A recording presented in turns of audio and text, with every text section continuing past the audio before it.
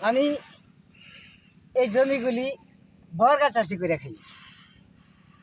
এখন এই যে আমার ফসলগুলি সব গত রাইতে নষ্ট করে দিচ্ছে।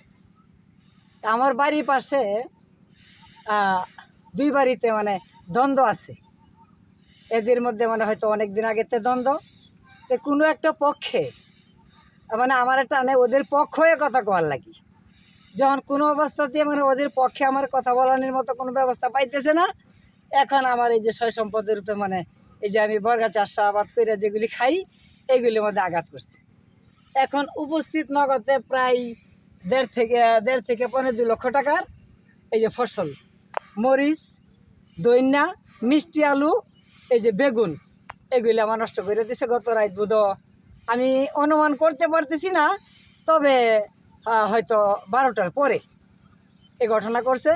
এখন আমি হয়তো প্রশাসনের কাছে অথবা এলাকাবাসীর কাছে বিচার চাই, আমি যেন দয়া করে সুখ বিচারটা পাই।